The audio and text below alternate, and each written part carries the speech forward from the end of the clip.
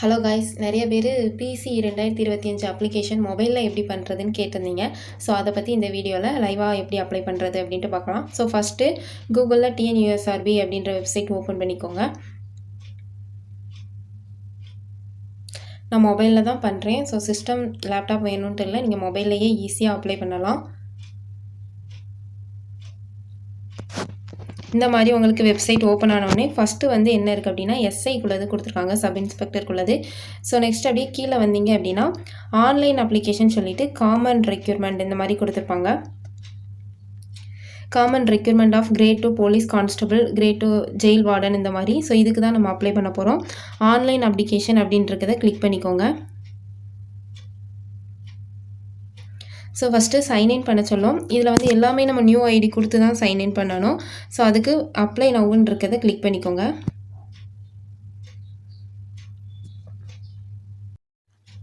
Apply now click பண்ணிங்க அப்படின்னா உங்களுக்கு இந்த மாதிரி வரும். ஸோ இதில் நோட்டிஃபிகேஷன் நம்பர், அப்புறம் நோட்டிஃபிகேஷன் வந்து டைம் கொடுத்துருக்காங்க. நெக்ஸ்ட்டு அப்ளிகேஷன் ஸ்டார்ட் டேட் வந்து 22 ஆகஸ்ட்லேருந்து 21 செப்டம்பர் வரை பண்ணிக்கலாம். ஸோ இப்போ வந்து கீழே இருக்கிற இந்த அப்ளை நவ் அந்த பட்டன் கிளிக் பண்ணுங்கள். ஸோ இந்த மாதிரி வரும். ஸோ இதில் ஃபஸ்ட்டு உங்களோட இமெயில் ஐடியும் உங்கள் மொபைல் நம்பரும் கொடுத்தா அதுக்கு ஓடிபி சென்ட் ஆகும். ஃபஸ்ட்டு அதை வெரிஃபை பண்ணிக்கணும்.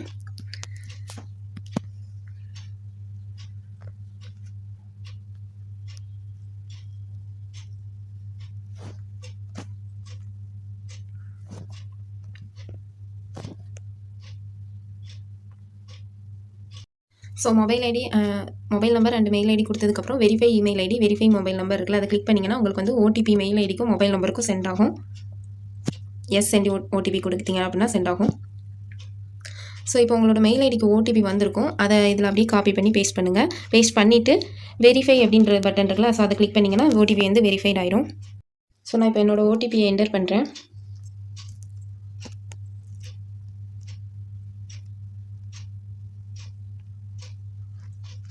இந்த மாதிரி கொடுத்துட்டு கீழே வெரிஃபை இருக்குல்ல, நீங்கள் அதை கொடுத்தீங்க அப்படின்னா ஓடிபி வந்து ஓகேவாயிரும். இந்த மாதிரி இமெயில் ஐடி வெரிஃபைன்னு வரும். நெக்ஸ்ட்டு வந்து வெரிஃபை மொபைல் நம்பர் கிளிக் பண்ணிங்க அப்படின்னா சென்ட் ஓடிபி கொடுத்தீங்க அப்படின்னா இதே மாதிரி உங்கள் மொபைல் ஐடிக்கும் ஓடிபி வரும். ஸோ அதையும் நீங்கள் என்டர் பண்ணணும். ஸோ இந்த மாதிரி உங்களுக்கு ஓடிபி வரும். ஸோ அதை அப்படியே காப்பி பண்ணி பேஸ்ட் பண்ணுங்கள். இல்லை அப்படின்னா அந்த நம்பர் பார்த்து என்டர் பண்ணுங்கள்.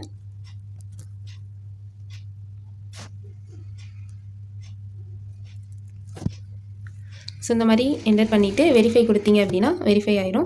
ஸோ மொபைல் நம்பர் வெரிஃபை ஆகிட்டு நெக்ஸ்ட்டு சப்மிட் கொடுத்துருங்க.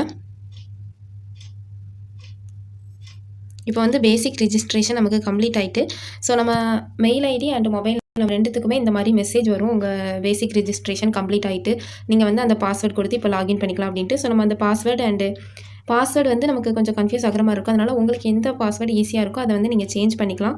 ஸோ இப்போ அந்த மெசேஜ் வந்து காப்பி பண்ணிக்கோங்க. ஸோ உங்களுக்கு ஆல்ரெடி வந்திருக்க பாஸ்வேர்டை இதில் வந்து காப்பி பண்ணிக்கோங்க, இந்த பேஸ்ட் பண்ணிக்கோங்க. நெக்ஸ்ட்டு உங்களுக்கு நியூ பாஸ்வேர்டு உங்களுக்கு எது வேணுமோ அதை வந்து நீங்கள் இது பண்ணிக்கோங்க. ஃபார் எக்ஸாம்பிள் நான் சும்மா இந்த மாதிரி கொடுக்குறேன்.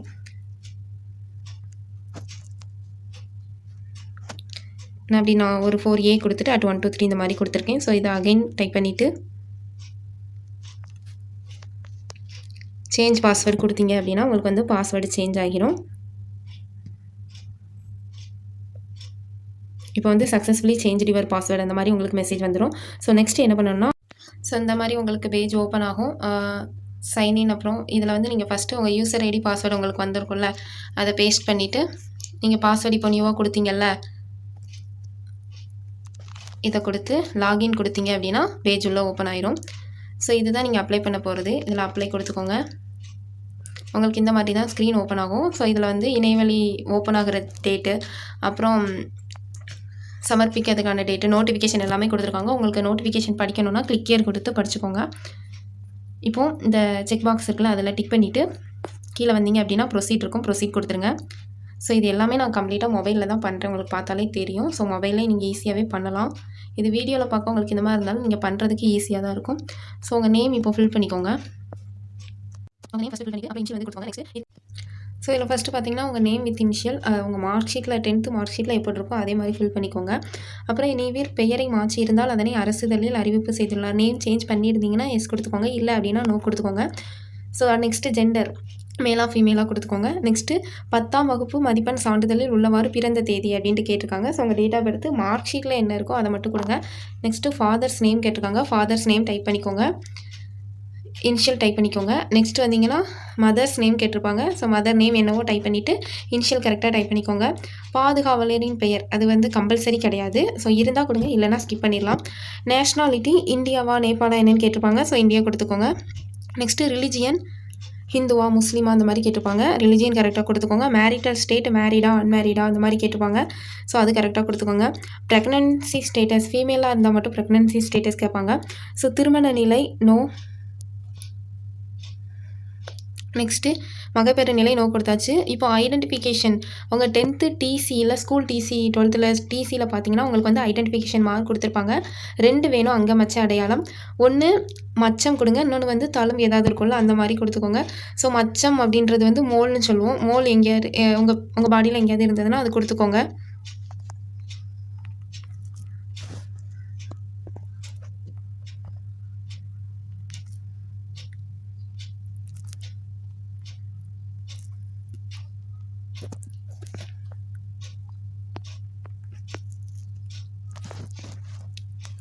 ஸோ இந்த மாதிரி கொடுத்துட்டு நெக்ஸ்ட் வந்து நீவீர் குடியரசுத் தலைவரின் சாரணர் சாரணியர் விருதை பெற்றவரான்னு கேட்டிருக்காங்க. நீங்கள் குடியரசுத் தலைவர்கிட்ட அவார்டு வாங்கியிருந்தீங்கன்னா எஸ் கொடுத்துக்கோங்க, இல்லை அப்படின்னா நோ கொடுத்துக்கோங்க. நெக்ஸ்ட்டு பார்த்தீங்க அப்படின்னா கம்யூனிட்டி டீட்டெயில்ஸ் கேட்டிருக்காங்க. சாதி சான்றிதழ் விவரங்கள். நீவீர் தமிழ்நாடு அரசால் வழங்கப்பட்ட சாதி சான்றிதழை பெற்றுள்ளீரா அப்படின்னு கேட்டிருக்காங்க. எஸ் கொடுத்துக்கோங்க. ஸோ கம்யூனிட்டி நீங்கள் எஸ் கொடுத்ததுக்கப்புறம் நீங்கள் என்ன கம்யூனிட்டி அந்த மாதிரி கேட்கும். ஸோ அதை கரெக்டாக ஃபில் பண்ணிக்கோங்க.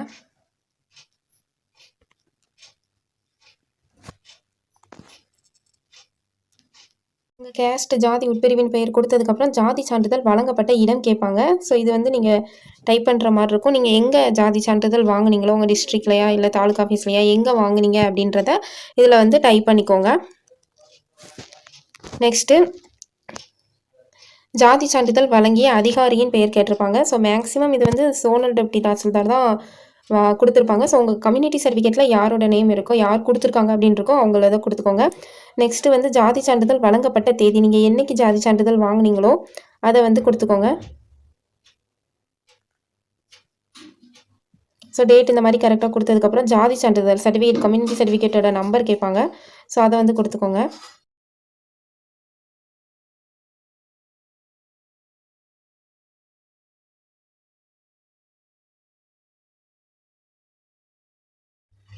கம்யூனிட்டி கரெக்டாக கொடுத்ததுக்கப்புறம் இப்போ போஸ்ட் ப்ரிஃபரன்ஸ் கேட்பாங்க. ஸோ போஸ்ட் ப்ரிஃபரன்ஸ்லாம் பாய்ஸுக்கு வந்து 3 போஸ்ட்டு கொடுத்துருப்பாங்க. இப்போ கான்ஸ்டபிள் அப்புறம் ஜெயில் வார்டன் ஃபயர்மேன் கொடுத்துருப்பாங்க. கேர்ள்ஸுக்கு வந்து ஃபயர்மேன் கிடையாது. ஸோ 2 போஸ்ட்டு தான் இருக்கும். ஸோ ஃபஸ்ட்டு கிரேட் 2 கான்ஸ்டபிள் இல்லை ஜெயில் வார்டன் கொடுத்துக்கலாம். அப்படி இல்லைன்னா நீங்கள் ஃபஸ்ட்டு ஜெயில் வார்டன் கொடுக்கனாலும் கொடுத்துக்கலாம். அது உங்கள் இஷ்டம் தான். இது கொடுத்ததுக்கப்புறம் லாஸ்ட்டில் இந்த செக் பாக்ஸ் டிக் பண்ணிவிட்டு சேவ் அண்ட் ப்ரொசீட் கொடுத்துடலாம். ஸோ நீங்கள் ப்ரொசீட் கொடுத்ததுக்கப்புறமா உங்களுக்கு இந்த பேஜ் ஓப்பன் ஆகும். ஸோ இதில் வந்து உங்கள் கம்யூனிகேஷன் அட்ரஸ் வந்து கொடுத்துக்கோங்க. ஸோ உங்கள் அட்ரஸ் என்னவோ டோர் நம்பர் கொடுத்து உங்கள் அட்ரஸ் ஃபில் பண்ணிக்கோங்க. அதுக்கப்புறம் யூனியன் பிரதேசமாக ஸ்டேட் கேட்டிருப்பாங்க. ஸோ தமிழ்நாடு ஃபில் பண்ணிக்கோங்க.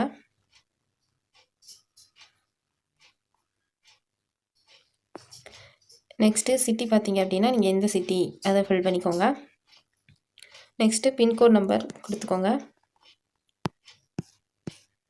நெக்ஸ்ட்டு உங்கள் போலீஸ் ஸ்டேஷன் பக்கத்தில் எந்த போலீஸ் ஸ்டேஷன் இப்போ நீங்கள் என்ன சிட்டி கொடுத்துருக்கீங்களோ அதில் உங்கள் ஏரியாவுக்கு பக்கத்தில் என்ன போலீஸ் ஸ்டேஷன் இருக்கோ அந்த போலீஸ் ஸ்டேஷன் வந்து கொடுத்துக்கோங்க. ஓகேவா? ஸோ இப்போ வந்து நீங்கள் கொடுத்துருக்க கம்யூனிகேஷன் அட்ரஸ் வந்து பெர்மனெண்ட்டாக என்னென்னு கேட்டிருப்பாங்க. ரெண்டுமே ஒன்று தான் அப்படின்னா இந்த செக் பாக்ஸ் மட்டும் டிக் பண்ணிக்கோங்க. இல்லை இப்போ வேறு இதில் இருக்கீங்க அப்படின்னா அதை வந்து நீங்கள் கரெக்டாக ஃபில் பண்ணிக்கோங்க. கம்யூனிகேஷன் அட்ரஸ் ரொம்பவே முக்கியம். ஸோ உங்கள் மின்னஞ்சல் மொபைல் நம்பர் அதில் காட்டும். அது கரெக்டானு பார்த்துட்டு செக் பாக்ஸ் கொடுத்து சேவ் அண்ட் ப்ரொசீட் கொடுத்தீங்க அப்படின்னா நெக்ஸ்ட் பேஜ் ஓப்பன் ஆகும். ஸோ இதில் எஸ்எஸ்எல்சி டீட்டெயில்ஸ் கேட்டிருப்பாங்க. சர்டிஃபிகேட் நம்பர் பயின்ற முறை இதெல்லாம் கொடுத்துக்கோங்க. சர்டிஃபிகேட் நம்பர் உங்கள் எஸ்எஸ்எல்சி சர்டிஃபிகேட்டில் இருக்கும். அந்த நம்பர் கொடுத்துட்டு நெக்ஸ்ட்டு மோட் ஆஃப் ஸ்டடி பயின்ற முறை ரெகுலராக ப்ரைவேட்டாக அப்படின்னு கேட்டிருப்பாங்க. ஸோ ரெகுலர் கொடுத்துக்கோங்க. நெக்ஸ்ட்டு உங்கள் ஸ்கூல் நேம் என்ன ஸ்கூலோ அந்த ஸ்கூல் நேம் கொடுத்துக்கோங்க. Next name of the board வாரியத்தின் பெயர்னு கேட்டிருப்பாங்க. ஸோ தமிழ்நாடு ஸ்டேட் போர்டு கொடுத்துக்கோங்க. நெக்ஸ்ட்டு நீவிர் மொழி பாடத்தில் தமிழை ஒரு பாடமாக பயின்றுள்ளீரா அப்படின்னு கேட்டிருப்பாங்க. எஸ் கொடுத்துக்கோங்க. நோனா நோ கொடுத்துக்கோங்க. தேர்ச்சி பெற்ற ஆண்டு மற்றும் மாதம் கேட்டிருப்பாங்க. ஸோ மார்ச் நீங்கள் எந்த வருஷமோ அந்த வருஷத்தை இது பண்ணிக்கோங்க.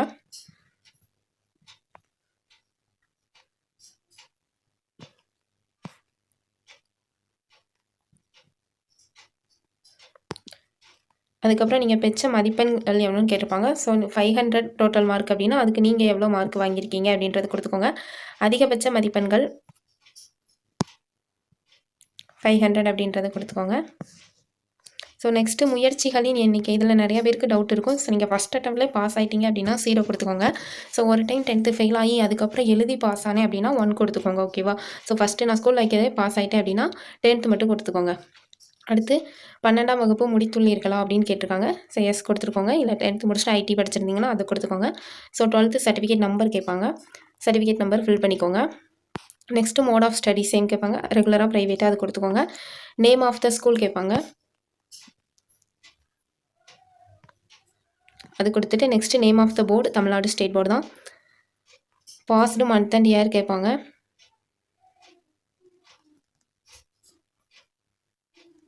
ஸோ அது கரெக்டாக கொடுத்துக்கோங்க. நீங்கள் பெற்ற மதிப்பெண் இப்போ நீங்கள் 600க்கா இல்லை 1200க்கான்னு பார்த்துட்டு நீங்கள் எவ்வளோ மார்க் வாங்கியிருக்கீங்க அப்படின்றத கொடுத்துக்கோங்க. மேக்ஸிமம் மார்க் எவ்வளோன்றதையும் கரெக்டாக கொடுத்துக்கோங்க. அடுத்து முயற்சிகளின் எண்ணிக்கை 0 கொடுத்துக்கோங்க. ஸோ டிப்ளமோ படிச்சிருந்தீங்க அப்படின்னா எஸ் கொடுத்து டீட்டெயில் ஃபில் பண்ணிக்கோங்க. இல்லைனா நோ கொடுத்துக்கோங்க. அதே மாதிரி ஐடி படிச்சிருந்தீங்கன்னா எஸ் கொடுத்து ஃபில் பண்ணிக்கோங்க. இல்லைனா நோ கொடுத்துக்கோங்க. சேம் யூஜி இது வந்து 10th ஸ்டாண்டர்ட் தான். ஸோ யூஜி நீங்கள் கம்பல்சரி படிச்சிருக்கணும்னு கிடையாது. யூஜி படிச்சிருந்தீங்கன்னா எஸ் கொடுத்து அந்த டீட்டெயில் ஃபில் பண்ணிக்கோங்க. இல்லை அப்படின்னா நோ கொடுத்துக்கோங்க. ஸோ நெக்ஸ்ட்டு அப்படியே கீழே வந்தீங்கன்னா நாக்பூரில் உள்ள தேசிய தீயணைப்பு கல்லூரியில் ஏதேனும் பயிற்சி வகுப்பை வெற்றிகரமாக முடித்துள்ளீர்களா அப்படின்னு கேட்டிருப்பாங்க. ஸோ எஸ்னா எஸ் கொடுத்துக்கோங்க. இல்லை நீங்கள் எதுவும் பண்ணலை அப்படின்னா நோ கொடுத்துட்டு இந்த செக் பாஸ் கிளிக் பண்ணிவிட்டு சேவ் அண்ட் ப்ரொசீட் கொடுத்தீங்க அப்படின்னா நெக்ஸ்ட் பேஜ் ஓப்பன் ஆகும். ஸோ நெக்ஸ்ட்டு பார்த்தீங்கன்னா உங்களுக்கு வந்து இந்த பேஜ் ஓப்பன் ஆகும். இதில் வந்து இந்த ப்ரெஃபரன்ஸ் கேட்டிருப்பாங்க. நீங்கள் என்ன பணி ஏதேனும் பணி புரிக்கிறான்னு கேட்டிருப்பாங்க. நீங்கள் ஏதாச்சும் ஒர்க் பண்ணிகிட்ருக்கீங்கன்னா எஸ் கொடுங்க. இல்லை அப்படின்னா நோ கொடுத்துக்கோங்க. ஸோ கொடுத்துட்டு நெக்ஸ்ட் அந்த செக் பாஸ் டிக் பண்ணிவிட்டு அதுக்கப்புறமா சேவ் அண்ட் ப்ரொசீட் கொடுத்தீங்கன்னா நெக்ஸ்ட் பேஜ் வந்து உங்களுக்கு ஓப்பன் ஆகும்.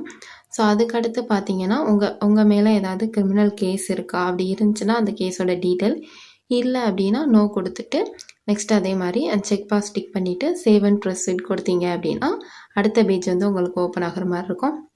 ஸோ அடுத்த பேஜில் வாரிசுக்கான இடஒதுக்கீடை பயனை பெற விரும்புகிறான்னு கேட்டிருக்கீங்க.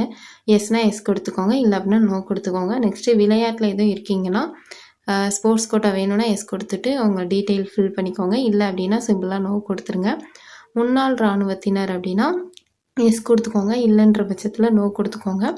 நெக்ஸ்ட்டு உங்களுக்கு சிறப்பு மதிப்பெண் அதாவது என்சிசி என்எஸ்எஸ் அந்த மாதிரி ஏதாவது உண்டு அப்படின்னா எஸ் கொடுத்து அதோட சர்டிஃபிகேட் அப்லோட் பண்ணுற மாதிரி இருக்கும்.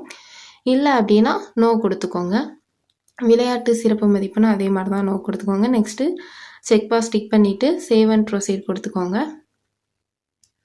ஸோ இப்போ நெக்ஸ்ட் பேஜ் வந்து நீ நிர்ணயிக்கப்பட்ட கல்வி தகுதி வரை தமிழ் மொழியில் அதாவது பிஎஸ்டிஎம் உண்டு அப்படின்னா 10th வரை தமிழில் படிச்சிருந்தீங்கன்னா எஸ் கொடுத்து இது வந்து 10th வரை போதுமானது. ஸோ நீங்கள் 12thலாம் அப்லோட் பண்ணணும்னு அவசியம் இல்லை.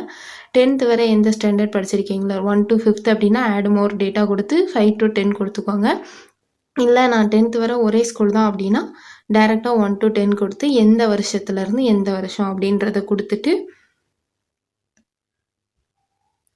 அதுக்கப்புறம் இது வந்து தகுதியான அதிகாரியால் பெறப்பட்டதான்னு கேட்டிருக்கோம். எஸ் கொடுத்துக்கோங்க. நெக்ஸ்ட்டு சர்டிஃபிகேட் வந்து யார் கொடுத்தா அந்த மாதிரி இருக்கும். நீங்கள் இப்போ ஹெட் மாஸ்டர்கிட்ட வாங்கினீங்களா பிரின்ஸிபலாக அந்த மாதிரி கரெக்டாக கொடுத்துக்கோங்க. அதுக்கப்புறம் முத்திரை உள்ளதான்னு கேட்டிருப்பாங்க. எஸ் கொடுத்துக்கோங்க. அதுக்கப்புறம் எந்த ஸ்கூலில் வாங்கினீங்களோ அந்த ஸ்கூல் நேம் இன்ஸ்டியூஷன் அட்ரஸ் கேட்டிருப்பாங்க. அது கரெக்டாக கொடுத்துக்கோங்க. ஸோ பிஎஸ்டிஎம் கரெக்டாக அப்ளை பண்ணிக்கோங்க. எத்தனை ஸ்கூலில் நீங்கள் படிச்சிருந்தாலும் தமிழ் வழி இருந்ததுன்னா அதை ஆட் மோர் டேட்டா கொடுத்து கரெக்டாக அப்லோட் பண்ணிக்கோங்க. இல்லை ஒரே ஸ்கூல் தான் அப்படின்னா வேண்டாம். ஸோ பிஎஸ்டிஎம் எனக்கு இல்லை நான் இங்கிலீஷ் மீடியம் ஸ்டூடெண்ட் அப்படின்னா நோ கொடுத்துக்கோங்க. ஸோ நோ கொடுத்துட்டு செக் பாஸ் டிக் பண்ணிவிட்டு சேவ் அண்ட் ப்ரொசீட் கொடுத்தீங்கன்னா நெக்ஸ்ட் பேஜ் உங்களுக்கு ஓப்பன் ஆகும். நெக்ஸ்ட் பேஜில் எழுத்து தேர்வு முன்னுரிமை அப்படின்ட்டு எந்த சிட்டி உங்களுக்கு வேணும்னு கேட்டிருக்காங்க. உங்களுக்கு பக்கத்தில் எந்த டிஸ்ட்ரிக்ட் இருக்கோ அது கொடுத்துக்கோங்க. உங்கள் டிஸ்ட்ரிக்ட் கொடுத்துக்கோங்க. நெக்ஸ்ட்டு இதுக்கு முன்னே ஏதாவது தடை செய்யப்பட்டிருக்கீங்களா எக்ஸாமில் அப்படின்னு கேட்டிருப்பாங்க. எஸ்னா எஸ் கொடுத்துக்கோங்க, இல்லைன்னா நோ கொடுத்துக்கோங்க.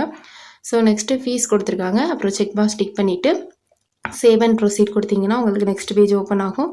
ஸோ இப்போ வந்து டாக்குமெண்ட் அப்லோட் பண்ணணும்.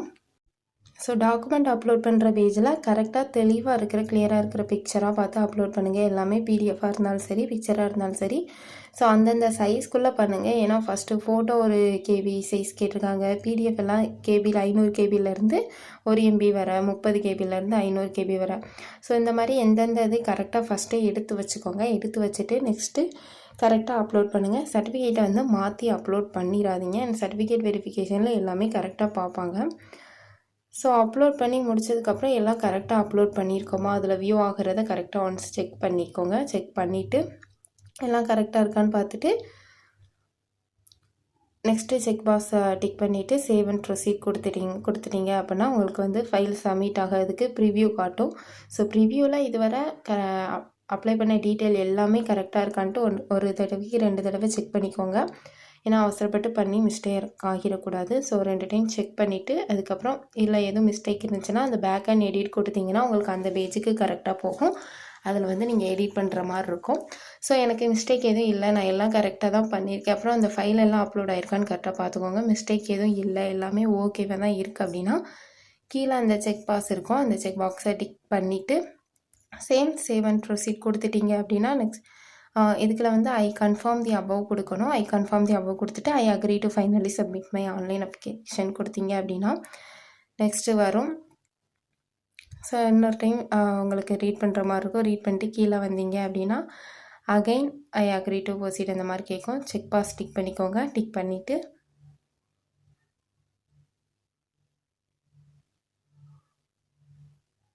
கீழே வந்தீங்கன்னா ஐ கன்ஃபார்ம் தி அபவ் கொடுத்துட்டு yes I agree to proceed கொடுத்துட்டு I finally submit my online application கொடுத்தீங்க அப்படின்னா உங்களுக்கு அவ்வளோதான், உங்கள் அப்ளிகேஷன் வந்து சப்மிட் ஆகிட்டு. ஸோ நெக்ஸ்ட்டு வந்து பேமெண்ட் போகணும் இல்லையா? ஸோ பேமெண்ட்டுக்கு இதை அப்படியே ஸ்க்ரோல் பண்ணிட்டு கீழே வந்தீங்க அப்படின்னா செக் பாக்ஸ் இருக்கும். செக் பாக்ஸ் டிக் பண்ணிக்கோங்க. டிக் பண்ணிவிட்டு நெக்ஸ்ட்டு கீழே ப்ரொசீட் டு பேமெண்ட் கொடுத்தீங்கன்னா உங்களுக்கு வந்து பேமெண்ட் பேஜ் ஓப்பன் ஆகும். பேமெண்ட் பேஜ் ஓப்பன் ஆனதுக்கப்புறம் ப்ரொசீட் டு பே கொடுத்தீங்க அப்படின்னா உங்களுக்கு டைரெக்டாக பே பண்ணுறதுக்குள்ளே போகும். ஆன்லைன் பேமெண்ட் 250 நீங்கள் பே பண்ணுற மாதிரி இருக்கும். So pay now and submit application கொடுத்தீங்க அப்படின்னா பே நவ்னா யூபிஐ ஆப்ஷன் இருக்குது. ஸோ நீங்கள் யூபிஐ யூஸ் பண்ணி பே பண்ணலாம், இல்லை கார்டு டீட்டெயில் உங்களுக்கு எது கன்வீனியண்ட்டாக இருக்கோ அதை பே பண்ணிவிட்டு சப்மிட் அப்ளிகேஷன் கொடுத்துருங்க. ஸோ இவ்வளோ தான் அப்ளிகேஷன். நீங்கள் ஈஸியாக மொபைல்லேயே பண்ணலாம். ஸோ அப்ளை பண்ணுறதுல எதுவும் டவுட் இருந்தால் கமெண்ட் செக்ஷனில் கமெண்ட் பண்ணுங்கள். நான் கண்டிப்பாக ரிப்ளை பண்ணுறேன். தேங்க்யூ. நெக்ஸ்ட் வீடியோவில் பார்க்கலாம்.